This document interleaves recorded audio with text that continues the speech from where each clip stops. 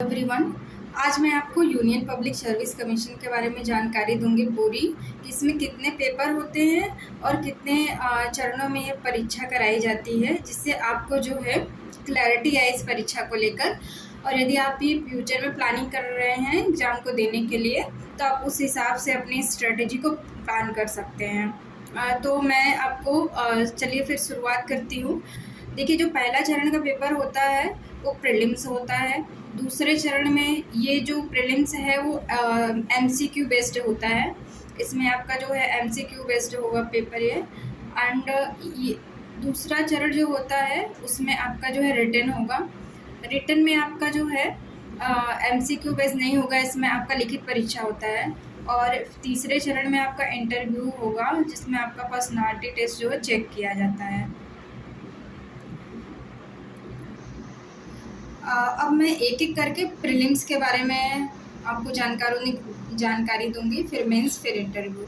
देखिए, प्रीलिम्स में जो है 2 पेपर होता है, जो कि 2 घंटे का होता है दोनों पेपर। एक जीएस होता है और दूसरा सीसेट होता है।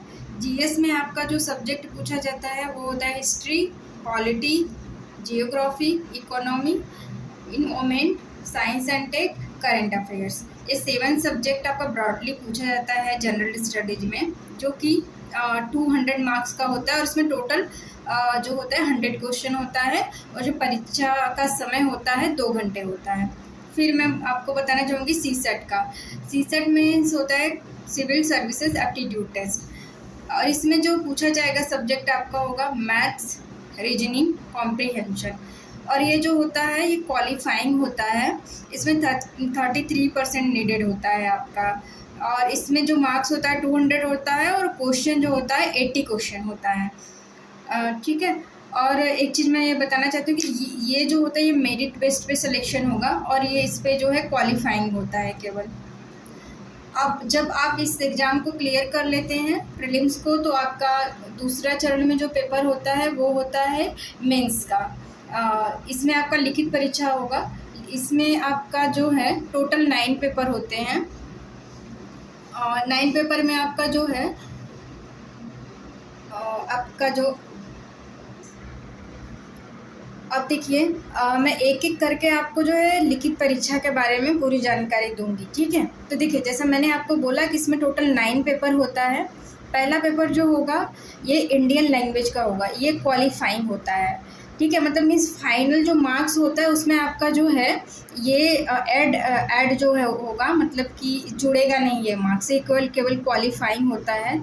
इसी तरह इंग्लिश का भी होगा तो आपका ये क्वालिफाइंग होगा। और ये दोनों का मार्क्स जो होता है 300 नंबर का होगा। 300 मार्क्स का ये दोनों पेपर होगा। और जो पेपर आपका मेरिट जो बनेगा, जो मीन्स काउंटिंग होगा रैंकिंग के लिए आपका जो आता है, जिसमें उसमें पहला जो होगा एसे का होगा, जो 250 मार्क्स का होता है। जीएस पेपर 1 होता है, जो कि 250 मार्क्स का होता है। फिर जीएस पेपर 2 होता है, ये भी 250 मार्क्स का होता है। और फिर इसी तरह जीएस 3 पेपर भी 250 मार्क्स का, और जीएस 4 पेपर भी 250 मार्क्स का। मैं बता दे रही हूँ जीएस 1 पेपर में कौन कौन से सब्जेक्ट आपके पूछे जाते हैं। इसमें आपको पूछा जाएगा Indian heritage and culture, history and geography of the world and society. ये ब्रॉड आपका सब्जेक्ट पूछा जाएगा, ठीक है। फिर इसमें भी कीवर्ड हैं, उस पर आप बेस्ट प्रिपरेशन करते हैं, ठीक है। सेम आपका जीएस पेपर 2 में जो पूछा जाता है governance, constitution, polity, social justice and international relation. And same आपका जीएस पेपर 3 में जो पूछा जाएगा वो पूछा जाएगा technology, economic development, biodiversity, environment, security and disaster management. And इसमें जो होगा जीएस पेपर 4 में आपका जो है चेक किया जाएगा एथिक्स, इंटीग्रिटी एंड एप्टीट्यूड आपका जो है चेक किया जाता है इसमें। फिर ऑप्शनल पेपर आप अपने हिसाब से जो है सेलेक्ट करते हैं कि आपको कौन सा ऑप्शनल है। इसमें आपका बहुत सारे ऑप्शनल यूपीएससी के द्वारा प्रोवाइड किया जाता है, जैसे कि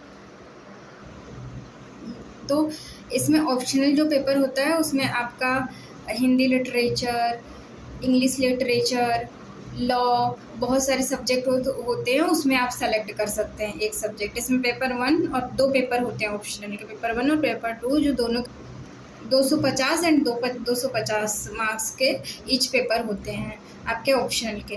फिर जो आपका टोटल मार्क्स के जो होता है मेरिट जिस पे बनता है वो जो बनेगा वो ए से पेपर जीएस पेपर 1 2 3 4 और ऑप्शनल के पेपर के जो है काउंट होता है मार्क्स मेरिट के लिए, फाइनल मेरिट के लिए। तो ये टोटल आपका जो है 1750 मार्क्स का जो है बनता है। फिर यदि आप जो है रिटन टेस्ट क्वालिफाई करते हैं तो आपको थर्ड राउंड के लिए फिर बुलाया जाता है। थर्ड राउंड में आपका जो होता है इंटरव्यू होता है। इंटरव्यू में आपका जो है पर्सनालिटी चेक करी जाती है कि आपको कितनी जानकारी है देश और दुनिया के बारे में, तो आप इसमें जो है, और आपका जो है टेम्परामेंट क्या है, आप सोचते कैसे हैं चीज़ों को बारे में ये सब वो जो है बोर्ड मेंबर चेक किया जाता है बोर्ड मेंबर के द्वारा।